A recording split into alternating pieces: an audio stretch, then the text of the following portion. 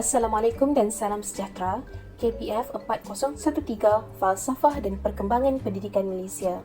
Pada hari ini kita akan membincangkan dua topik, iaitu topik 11 Kod Etika Profesionalisme Perguruan dan Peraturan Pendidikan, topik 12 Akta Pendidikan 1996 Pembentukan dan Kandungan.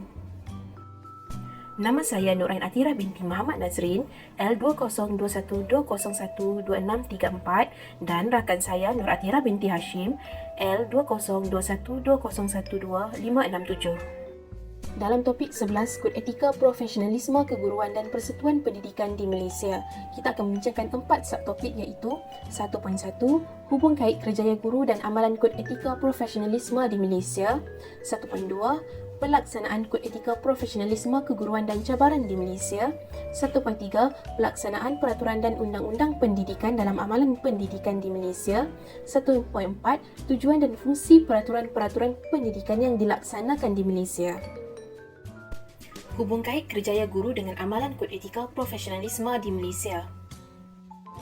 Profesi perguruan sangat berkait rapat dengan amalan Kod Etika Profesionalisme, iaitu keupayaan guru itu sendiri dalam menjalankan tanggungjawab terhadap pelajar bagi membentuk insan dan ihsan manusia yang sempurna dari segi intelek, rohani, emosi dan jasmani pelajar berkenaan. Kod Etika Profesionalisme dalam profesi perguruan adalah penerapan nilai-nilai murni yang perlu diamalkan oleh seorang guru ketika sedang berkhidmat. Apakah yang dimaksudkan dengan etika? Etika adalah perkara berkaitan dengan tingkah laku seseorang yang diterima dan dipersetujui oleh sekumpulan masyarakat. Etika adalah perkara berkaitan tingkah laku yang baik, mengandungi nilai-nilai murni dan menjamin kesempurnaan dan keharmonian hidup individu. Etika merupakan nilai-nilai baik yang harus diamalkan dalam kehidupan bermasyarakat.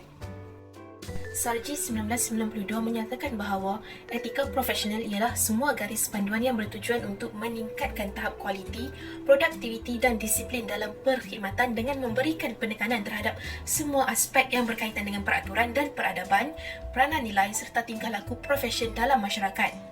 Guru adalah salah satu faktor yang sangat penting dalam pendidikan dan pengajaran kerana gurulah yang bertanggungjawab dalam membentuk peribadi seorang murid. Samsul Bahri, 1993. 6 prinsip kod etika perguruan adalah prinsip kesaksamaan, prinsip keterbukaan, prinsip kerahsiaan, prinsip kesetiaan, prinsip ketekunan, prinsip mengelakkan konflik. Selain dari itu, pendapat keagamaan pula menyatakan bahawa seseorang guru berada setaraf dan seangkatan dengan pemimpin dan ketua masyarakat kerana guru berperanan mendidik dan membimbing ahli masyarakat lain ke arah jalan yang benar dan tidak terpesong dari landasan kehidupan yang baik. Pekerjaan ini juga dianggap satu ibadah. Guru seharusnya menjalankan tanggungjawab dengan penuh dedikasi, tidak mementingkan diri sendiri dan tidak memilih tugas yang perlu dilaksanakan. Tanggungjawab guru adalah terhadap pelajar, ibu bapa, masyarakat, rakan sejawat dan profesi perguruan. Seseorang guru perlu mematuhi kod etika dan menjaga imej, maruah, status, akhlak dan kepribadian seorang guru. Hal ini kerana setiap tindakan dan tingkah laku guru mendapat perhatian dan menjadi ikutan pelajar. Guru perlu memberikan perhatian terhadap tingkah laku dan tindakan mereka dengan penuh teliti dan berhati-hati. Pelaksanaan Kod Etika Profesionalisme Keguruan dan Cabaran di Malaysia. Guru mempunyai tanggungjawab yang sangat besar dalam mendidik anak bangsa ke arah mencapai matlamat falsafah pendidikan negara. Oleh kerana itu, setiap guru di Malaysia seharusnya memiliki kelayakan akademik yang setaraf dan diiktiraf oleh Kementerian Pendidikan Malaysia (KPM) sebelum memulakan sesi pengajaran di mana-mana sekolah di Malaysia. Untuk menjadi seorang guru yang diiktiraf oleh KPM, individu tersebut perlulah menjalani dan lulus kursus latihan perguruan yang melayakkan mereka menerima sijil diploma pendidikan atau ijazah sarjana muda pendidikan mengikut bidang kepakaran yang tertentu. Hal ini kerana guru merupakan penggerak utama dalam memastikan kesinambungan pembangunan generasi pada masa hadapan terus berkembang maju selaras dengan kehendak negara pada abad ke-21. Guru sebagai seorang pendidik yang cemerlang seharusnya mempunyai penguasaan yang mantap dalam bidang pengkhususan mereka serta mampu mengaplikasikan teori dan pendekatan pengajaran dan pembelajaran yang bersesuaian semasa proses pengajaran dan pembelajaran berlangsung. Profesi perguruan datang dengan cabarannya yang tersendiri, terutamanya ketika negara dilanda wabak COVID-19 yang mendesak guru melaksanakan proses pengajaran dan pembelajaran untuk para pelajar secara dalam talian. Guru juga diminta untuk mengajar subjek yang sama sekali tidak berkaitan dengan option maupun bidang pengkhususan guru tersebut. Guru juga diberikan pelbagai jawatan yang membebankan dan secara tidak langsung memberi kesan kepada prestasi pengajaran seorang guru. Pelaksanaan peraturan dan undang-undang pendidikan dalam amalan pendidikan di Malaysia. Menurut Kamus Dewan 2005, peraturan merujuk kepada segala ketentuan atau garis panduan yang dirangka oleh kerajaan berkaitan dengan kuasa dan masyarakat. Perundangan pula merujuk kepada hal-hal yang berkaitan dengan undang-undang, iaitu sesuatu undang-undang yang ditakbir lazimnya mengikut adat sesebuah negara. Peraturan pendidikan dan perundangan pendidikan merupakan dokumen bertulis yang berfungsi sebagai panduan dalam pengajaran yang telah disahkan sebelum diguna pakai dan mempunyai kaedah mencorak hukuman yang sama tujuannya dalam memastikan sektor pendidikan di Malaysia terus berkembang maju. Mari kita lihat perbezaan antara peraturan pendidikan dan perundangan pendidikan dalam beberapa aspek. Perundangan pendidikan bertujuan untuk menjaga hak setiap individu yang terlibat dalam sektor pendidikan. Peraturan pendidikan pula bertujuan mendisiplinkan individu serta memupuk sifat amanah dalam setiap individu dalam sektor pendidikan. Kepentingan perundangan pendidikan adalah supaya tiada pihak yang melampaui bidang kuasa. Manakala peraturan pendidikan pula untuk mewujudkan sistem tadbir urus yang cekap dan berkualiti. Contoh perundangan pendidikan adalah Akta Pendidikan 1996. Contoh peraturan pendidikan adalah Perintah Am Peraturan 4 Bab D. Perundangan pendidikan merupakan undang-undang yang global untuk memastikan guru-guru serta pegawai pendidikan menjalankan tugas dengan betul dan tidak menyalahgunakan kuasa yang telah diberikan. Peraturan pendidikan lebih kepada menjaga sistem pendidikan supaya sentiasa dapat menghasilkan insan yang dihasratkan selari dengan falsafah pendidikan negara. Kesan perundangan pendidikan adalah menjamin keselamatan pendidik serta pelajar. Manakala peraturan pendidikan pula mewujudkan persekitaran sekolah yang selamat dan harmoni. Perundangan pendidikan telah menghadkan dan menyediakan garis panduan kepada guru dalam memberi hukuman yang setimpal kepada pelajar. Manakala peraturan pendidikan pula memastikan guru mengambil tindakan yang sewajarnya dalam apa jua situasi. Terdapat beberapa garis peraturan yang perlu dipatuhi oleh semua guru di Malaysia. Akta Pendidikan 1996 yang dikenali juga sebagai Akta 550 merupakan garis panduan dan rujukan bagi para pendidik dalam menjalankan setiap tanggungjawab yang telah diamanahkan selaras dengan falsafah pendidikan negara. Surat Perkeliling Ikhtisas merupakan arahan dan garis panduan yang perlu dipatuhi oleh penjauh awam, khususnya para pendidik ketika menjalankan tugas dan perkhidmatan. Perintah Am Bab D merupakan peraturan-peraturan berkaitan kelakuan dan tata tertib penjawat awam dalam memelihara imej perkhidmatan awam melalui pelaksanaan tata tertib yang berkesan. Penjawat awam yang didapati melanggar mana-mana peruntukan peraturan ini boleh dikenakan tindakan tata tertib dan disabitkan dengan kesalahan serta penamatan perkhidmatan. Undang-undang syariah merupakan hukum perundangan Islam berdasarkan sumber Al-Quran dan As-Sunnah buat seluruh umat Islam. Contohnya adalah garis panduan dan adab semasa menuntut ilmu. Undang-undang sivil pula merupakan undang-undang yang mengawal hak dan tanggungan sivil antara individu dengan individu, individu dengan masyarakat dan masyarakat dengan individu. Contoh undang-undang sivil yang dilaksanakan di Malaysia ialah berkaitan hak asasi kanak-kanak dalam mendapatkan pendidikan.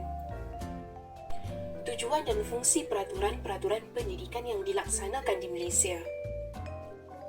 Fungsi peraturan-peraturan pendidikan yang dilaksanakan di Malaysia adalah untuk memastikan sistem pendidikan di Malaysia dapat mencapai matlamat falsafah pendidikan kebangsaan. Objektif utama peraturan dan undang-undang ini dilaksanakan adalah untuk mengawal tingkah laku penjawat awam, khususnya para pendidik, dan melancarkan sistem pendidikan di sekolah agar proses pembelajaran dan pembentukan jati diri pelajar dapat berjalan dengan lancar tanpa sebarang masalah. Terdapat 3 tujuan utama pelaksanaan peraturan-peraturan pendidikan di Malaysia. Yang pertama adalah pencegahan, yang bermaksud peraturan ini mencegah para pendidik atau pegawai pendidikan daripada melakukan perkara-perkara yang boleh menjejaskan imej institut pendidikan dan penyalahgunaan kuasa semasa dalam perkhidmatan. Yang kedua, peringatan kepada semua para pendidik dan pegawai pendidikan agar sentiasa menjalankan amanah yang telah dipertanggungjawabkan dengan sebaiknya. Yang ketiga, pengajaran kepada individu terbabit dan menjadi iktibar buat rakan-rakan sekerja yang lain agar mereka tidak mengulangi kesalahan lalu. Jika tidak, mereka boleh dikenakan tindakan dan hukuman. Bab 12 Akta Pendidikan 1996, Pembentukan dan Kandungan. Kita akan mencatat 4 perkara iaitu kepentingan penggubalan Akta Pendidikan 1996 ke arah melestarikan pendidikan Malaysia.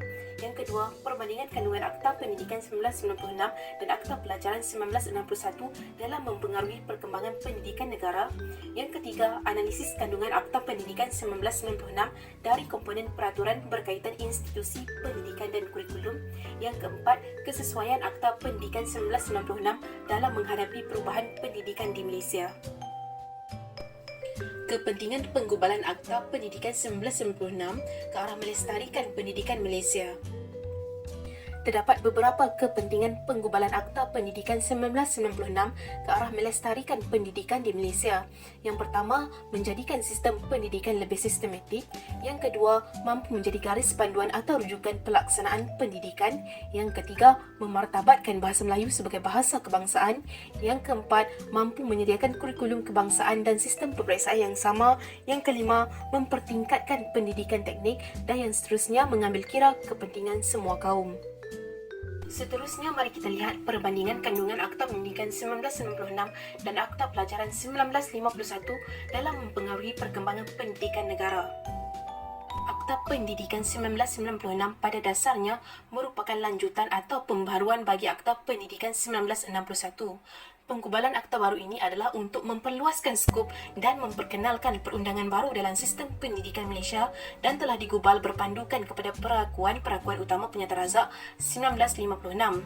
Akta ini diperkenalkan untuk memperbaiki kelemahan yang terdapat dalam akta pendidikan sebelumnya, namun masih mengekalkan peruntukan yang masih sesuai digunakan daripada Akta Pelajaran 1961. Dalam Akta Pendidikan 1961, sistem pendidikan kebangsaan hanya meliputi sekolah atau institusi pendidikan kerajaan atau bantuan sahaja. Dan dalam Akta Pelajaran 1996, sistem pendidikan kebangsaan adalah terdiri daripada pendidikan prasekolah, pendidikan rendah, pendidikan menengah, pendidikan lepas menengah dan pendidikan tinggi. Akta Pendidikan 1961 menyatakan bahawa kedudukan bahasa Melayu sebagai bahasa kebangsaan hanyalah sebagai bahasa pengantar sekolah kebangsaan dan sekolah menengah sahaja. Manakala dalam Akta Pelajaran 1996, kedudukan bahasa kebangsaan telah diperkukuhkan, yakni bahasa Melayu sebagai bahasa pengantar utama di semua sekolah atau institusi kecuali di sekolah jenis kebangsaan atau selain-lain sekolah yang telah diberikan pengecualian. Tidak langsung peruntukan kurikulum kebangsaan dinyatakan dalam Akta Pelajaran 1961. Namun begitu, dalam Akta Pelajaran 1996 memperuntukkan kurikulum kebangsaan iaitu kurikulum yang ditetapkan kerajaan hendaklah digunakan pakai oleh semua sekolah seperti yang termaktub dalam Seksyen 18. Dan dalam Akta Pendidikan 1961, falsafah pendidikan tidak didokumenkan dan tidak dinyatakan dengan jelas. Dasar pelajaran kebangsaan untuk menyatukan kaum di Malaysia mengikut Penyataan Razak yang menjadi asas kepada Akta Pelajaran 1961. Manakala dalam Akta Pelajaran 1996, dasar pendidikan dibentuk berlandaskan falsafah pendidikan kebangsaan yang mengarah kepada hasrat wawasan 2020 yang menjadikan ilmu dan pendidikan sebagai penentu arah utama tujuan negara. Analisis kandungan Akta Pendidikan 1996 dari komponen peraturan berkaitan institusi pendidikan dan kurikulum. Analisis kandungan Akta Pendidikan 1996 dari komponen peraturan berkaitan kurikulum. Sukatan kurikulum kebangsaan telah diselaraskan dan wajib digunapakai oleh semua sekolah dalam sistem pendidikan seperti yang termaktub dalam Seksyen 18. Akta Pendidikan 1996, Seksyen 15 menyatakan bahawa sistem pendidikan negara terdiri daripada 5 bahagian iaitu pendidikan prasekolah, pendidikan rendah, pendidikan menengah, pendidikan lepas menengah dan pendidikan tinggi. Bahasa Melayu pula sebagai bahasa kebangsaan telah dijadikan sebagai bahasa pengantar utama dalam sistem pendidikan kebangsaan kecuali di sekolah jenis kebangsaan yang ditubuhkan di bawah Seksyen 28 atau mana-mana institusi yang dikecualikan. Seksyen 17. Akta-akta ini mempersiapkan pelajar-pelajar daripada semua jenis dan kategori sekolah untuk mengambil peperiksaan awam yang ditetapkan oleh Kementerian Pendidikan seperti yang termaktub dalam Seksyen 19 dan Seksyen 67. Seterusnya dalam Seksyen 29 menyatakan bahawa pendidikan rendah diadakan dalam tempoh 5 hingga 7 tahun bergantung kepada tahap pendidikan murid tersebut. Terdapat 3 jenis pendidikan peringkat menengah iaitu menengah akademik, menengah teknik dan menengah daripada apa-apa perkihal lain yang ditentukan oleh menteri, dan menteri boleh mengadakan pendidikan menengah atas di mana-mana sekolah menengah kebangsaan. Seterusnya, kurikulum prasekolah kebangsaan menyatakan bahawa semua tadika diwajibkan menggunakan garis panduan kurikulum prasekolah yang dikeluarkan oleh Kementerian Pendidikan sebagaimana yang diperuntukkan dalam sistem pendidikan kebangsaan dalam Seksyen 15. Akta Pendidikan 1996 memberi kuasa kepada Menteri Pendidikan bagi mengadakan pendidikan lepas menengah, dan pendidikan ini hendaklah diadakan di sekolah menengah, kolej-kolej atau institusi pendidikan yang sesuai. Analisis kandungan Akta Pendidikan 1996 dari komponen peraturan berkaitan institusi pendidikan. Terdapat 3 kategori institusi pendidikan iaitu institusi pendidikan kerajaan, institusi pendidikan bantuan kerajaan dan institusi pendidikan swasta. Bagi pendidikan lepas menengah, institusi pendidikan swasta perlu menyediakan mata pelajaran pengajian bahasa Melayu, pengajian bahasa Inggeris, pendidikan Islam bagi pelajar Islam dan pendidikan moral bagi pelajar bukan Islam menurut Seksyen 75. Manakala dalam kehendak kurikulum kebangsaan pula perlu dipatuhi institusi pendidikan swasta yang menyediakan pendidikan rendah atau peringkat menengah atau kedua-duanya seperti yang termaktub dalam Seksyen 74. Dalam Seksyen 18-2, pendidikan Islam merupakan mata pelajaran teras dan dalam Seksyen 150, pendidikan Islam wajib diajarkan kepada setiap pelajar di semua jenis sekolah jika terdapat 5 atau lebih orang Islam di sekolah berkenaan. Menteri Pendidikan mempunyai kuasa untuk menentukan tempoh pendidikan khas dalam Seksyen 41 dan boleh mengadakan pendidikan khas di sekolah khas atau di mana-mana sekolah rendah atau menengah yang bersesuaian dalam Seksyen 40. Kesesuaian Akta Pendidikan 1996 dalam menghadapi perubahan pendidikan di Malaysia. Kesesuaian Akta Pendidikan 1996 adalah untuk menyelesaikan masalah sekolah daif di seluruh negara dan menghapuskan tugas-tugas pekeranian guru yang membebankan, dan seterusnya adalah pemansuhan peperiksaan bagi murid tahap 1 iaitu peringkat pendidikan rendah dan digantikan dengan pentaksiran alternatif. Akta Pendidikan 1996 membolehkan kanak-kanak tanpa dokumen boleh mengikuti persekolahan, dan akta ini juga memberi penekanan terhadap aspek pendidikan yang berteraskan nilai-nilai murni. Seterusnya adalah pelaksanaan inisiatif sarapan dan bantuan kepada murid dari golongan B40. Setakat itu sahaja perkongsian kami untuk hari ini. Sekian, terima kasih.